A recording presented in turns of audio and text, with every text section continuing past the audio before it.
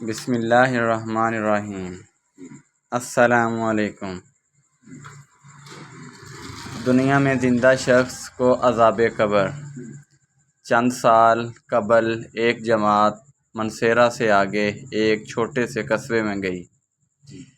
اس جماعت میں ایک شخص ڈاکٹر نور محمد تھا۔ ان کا بیان ہے کہ مسجد سے باہر ادھر ادھر کافی لوگ فارغ بیٹھے تھے۔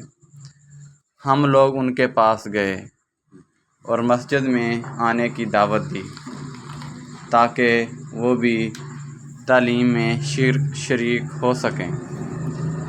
کچھ لوگ ہمارے ساتھ مسجد میں آنے پر تیار ہو گئے۔ ایک صاحب نے کہا کہ میں نماز کے وقت آؤں گا اور نماز کے بعد عذاب قبر کا ایک واقعہ آپ لوگوں کو سناؤں گا۔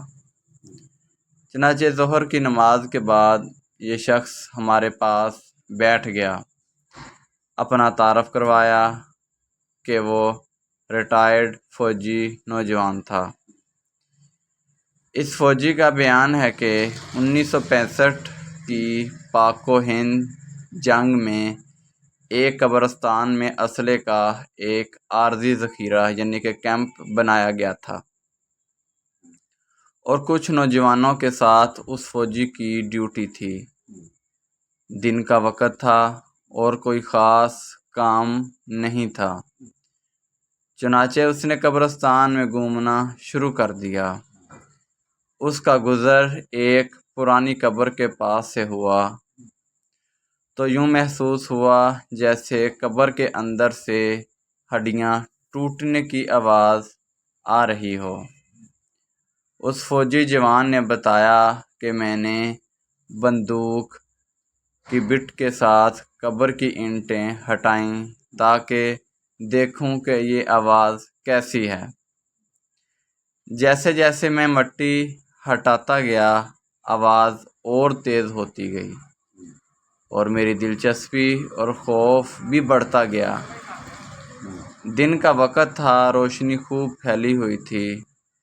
کیا دیکھتا ہوں کہ قبر کے اندر انسانی ہڈیوں کا ڈھانچہ پڑا ہوا ہے اور اس پر چوہے کی شکل کا ایک جانور بیٹھا ہوا ہے، اور جب وہ منہ اس ڈھانچے پر مارتا ہے تو سارا ڈھانچہ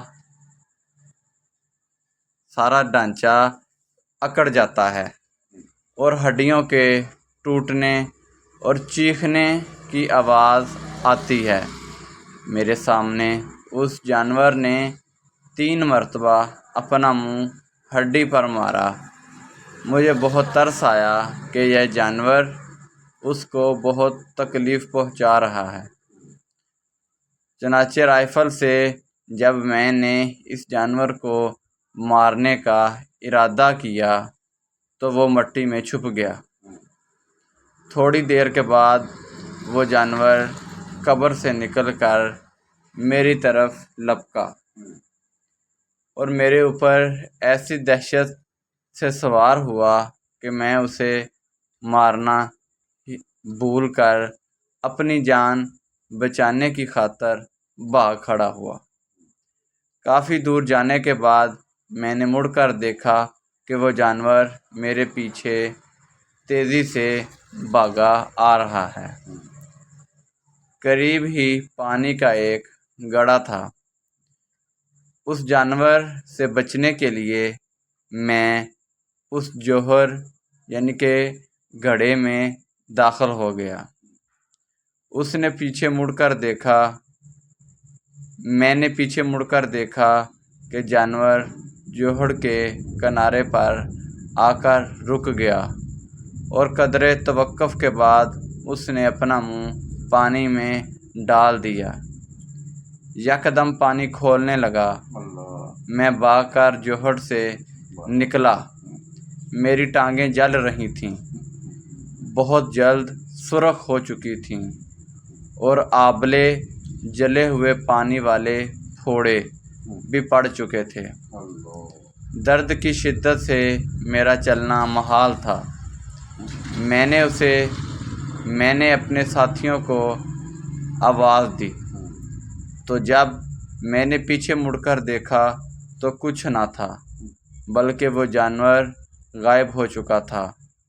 مجھے ایبٹ آباد کے ہاسپٹل میں داخل کروایا گیا اور پھر وہاں سے راولپنڈی کے بڑے فوجی ہاسپٹل میں منتقل کر دیا گیا۔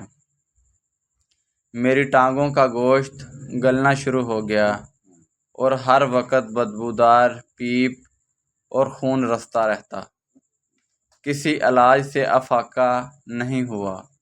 مجھے علاج کے لیے امریکہ بھجوایا گیا مگر مرض بڑھتا گیا۔ جوں دوائی لگائی اور گوشت جاتا رہا اس وقت دونوں ٹانگوں کی صرف ہڈیاں بچ گئی تھیں۔ گوشت آہستہ آہستہ گل کر علیحدہ ہوتا جا رہا تھا اور ہر وقت مردے کی سی بدبو آتی رہتی تھی۔ پھر اس شخص نے ہمیں اپنی دونوں ٹانگیں دکھائیں جن پر پٹیاں بندھی ہوئی تھیں۔ اللہ معاف کرے، اللہ تعالی ہمیں قبر اور جہنم کے عذاب سے محفوظ رکھے۔ السلام علیکم۔